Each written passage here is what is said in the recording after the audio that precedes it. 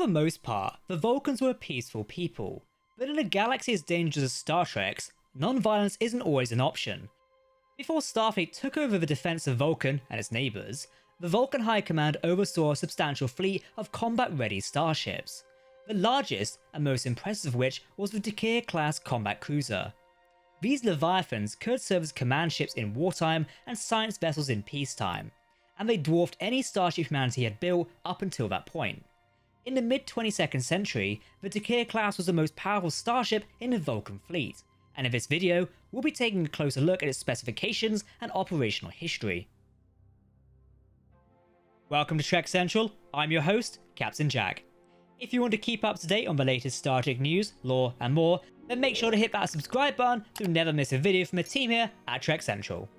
We're enjoying making these Star Trek videos, and we hope you're enjoying watching them. If you want to support their development, check out our Patreon via the link below. We've got a handy bunch of rewards, so check them out, and any support is greatly appreciated. As always, please let us know your thoughts in the comment section below, because if you're talking about Star Trek, then we want to hear about it.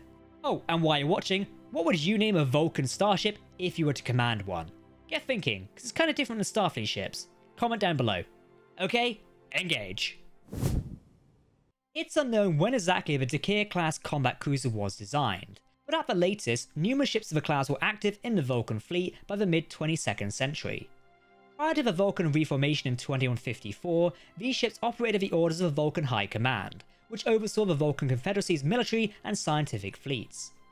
The Decatur class most famously functioned as a warship, but vessels of this class were also deployed for scientific expeditions and other peacetime missions, similar to the science-orientated but combat-ready vessels of the future Federation Starfleet. The Decatur-class combat cruiser, as well as other Vulcan ships of the type, had prominent aesthetic and technological differences from contemporary human designs. These included copper-tinted hull plating, arrowhead or needle-like designs, and the use of annular warp rings instead of warp nacelles. Vulcan warp rings function similar to human warp nacelles, despite their substantial differences in appearances. Relative to contemporary human ships, the Decatur and its cousins tended to be faster and armed with advanced sensors and weapons, but were still beyond humanity's understanding. At 600 meters long, the Decatur-class combat cruiser was enormous for a 22nd century vessel. It had a dagger-like shape, flat and narrow at the fore, but flared out further aft. The aft end of the ship was wide and rounded, with a small engine block at the very back, and it featured a massive circular cutaway in the hull. This hull contained the cruiser's warp ring, which is usually orientated vertically, perpendicular to the rest of the ship. On the forward end, this hull also featured a narrow docking strut, where a large, needle-shaped auxiliary craft were docked when not in use.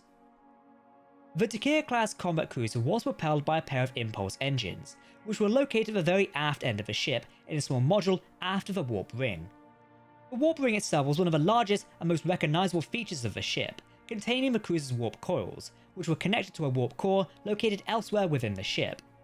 The warp drive of the Decatur-class starship was quite powerful for its time, with a top speed of warp 7, much faster than humanity's NX-class starships, which were only capable of warp 5. Unlike the warp rings of most Vulcan starships, which were fixed in place in a vertical position, the Decatur's warp ring could change orientation. During ordinary spaceflight, or when the warp drive was in use, the ring was arrayed vertically, but when the ship was powered down, docked at a space station, or was preparing to launch or retrieve its auxiliary craft, the warp ring rotated to a horizontal position. In the horizontal inactive position, the warp ring fit snugly into the walls of the hull that dominated the Decatur's aft section. The Decatur-class cruiser was likely incapable of conducting planetary landings, and whilst the auxiliary craft was capable of atmospheric flight, it's unknown if the cruiser itself was. On the inside, the Decatur-class combat cruiser was divided into at least 13 fairly spacious decks. Crew quarters were located along the sides of the cruiser's midsection, where the Decatur's only viewports were located. In total, the Decatur's crew consisted of 147 personnel. Amidships, these decks intersected the cruiser's shuttle bay, which spanned all of the Decatur's decks. There was a small sick bay with a single biobed on deck 5, as well as an auxiliary control room on the engineering deck.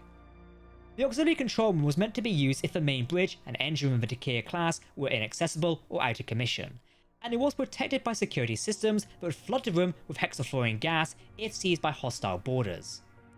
The main bridge of the Decatur was located towards the very front of the ship on the highest deck, atop a teardrop-shaped bump on the dorsal hull. The bridge appeared to be very simple in design, but it was never seen in full.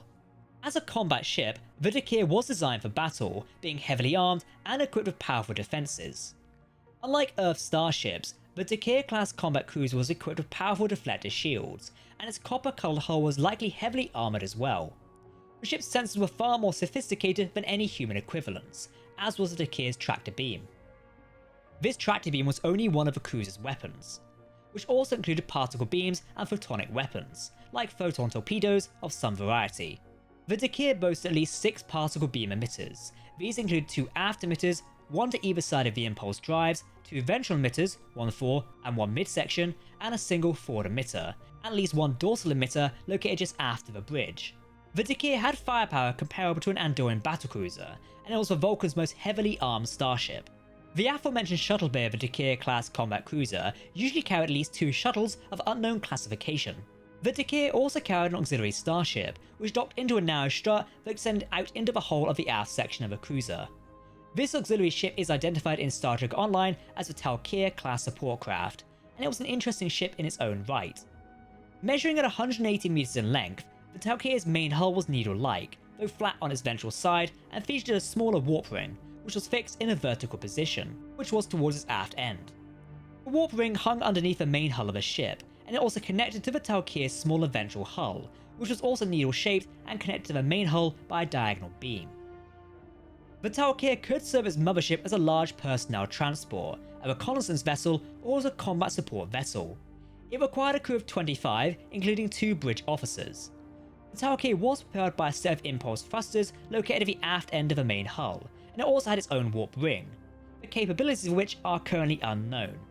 Its warp ring did allow the Talkir to operate at significant range from the mothership.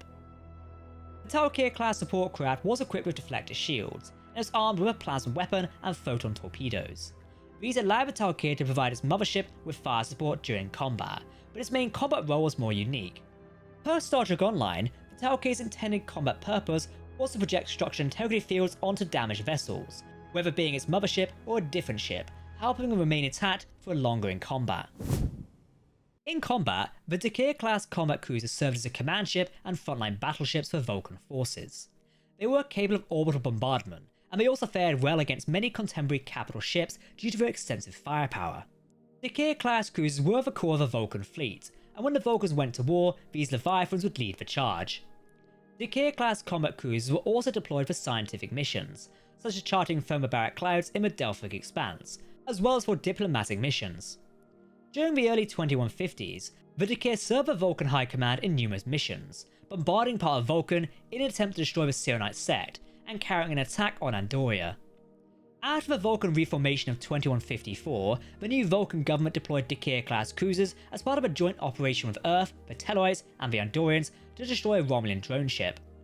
The Dakir-class starship later fought in the Earth-Romulan War on the side of Earth, before the Vulcans kinda withdrew from the conflict. After Vulcan joined the Federation, the Dakir-class combat cruiser remained in use, but only for planetary defense and scientific vessels. The Vulcans continued to use them for centuries, regularly retrofitting the ships with new technology. This allowed the Dakir to remain in use even into the 25th century, although by this point they were almost exclusively used as scientific vessels. Though it first appeared in Shockwave Part 2, the premiere of Star Trek Enterprise's 2nd season, the Dakir-class combat cruiser was originally designed for the next episode, Carbon Creek. It was originally meant to represent the Deval, a 20th century Vulcan starship, which would deploy a small rescue ship to rescue survivors from a crashed scout ship. For the final version of Carbon Creek, the Deval became a completely different ship based on the rescue ship, while the original design for it became a Vulcan warship we all know and love. Some aspects of the Dakir's original role remain in the final design, however, most notably, the Talkir support craft, which was originally meant to be the deployable rescue craft. The Dakir was designed by John Eves, who had previously designed the Vulcan starship to plan a half for Star Trek First Contact. Eves closely followed the design language of the existing Vulcan starships for the Dakir, giving the new cruiser the Deplanner half's copper hull colouring, and the Sarok class's ring-shaped warp drive. The latter design element came from Doug Drexler, and it was inspired by a rejected piece of concept for the original series' USS Enterprise. John Eves also designed the Dakir's auxiliary craft, then a small rescue vessel, first followed by the cruiser itself. Both vessels drew heavily on the design of the Surat class, with Eve's main innovations being the deployable auxiliary craft and the rotating warp ring. After concept art for the Dakir class cruise was approved by the producers, it fell to VFX artist Pierre Druillet to build a CGI model of the ship. At some point during the latter stages of this process, plans for Carbon Creek changed, and a new concept of the Deval was approved. The Enterprise's season premiere required a Vulcan warship, the Dakir, to rendezvous with Enterprise, and so the design was reused for this role. The Dakir class cruiser went on to appear in 10 episodes of Star Trek Enterprise, primarily in Season 4. All interior shots for the ship were custom built for the Season 3 episode Impulse, consisting of mostly of an H-shaped corridor and a multi-purpose room. The bridge of the Dakir was previously seen, albeit only partially, in the Season 2 episode Ceasefire. So that's our look at the Vulcan Dakir class starship, one of the largest known Vulcan vessels. What do you think of the ship? Let us know in the comments below. If you want to keep up to date on the latest Star Trek news, lore and more, then make sure to hit that subscribe button to never miss a video from the team here at Trek Central. You can also follow us on social media, join our community Discord server, or check out our Patreon via the links below.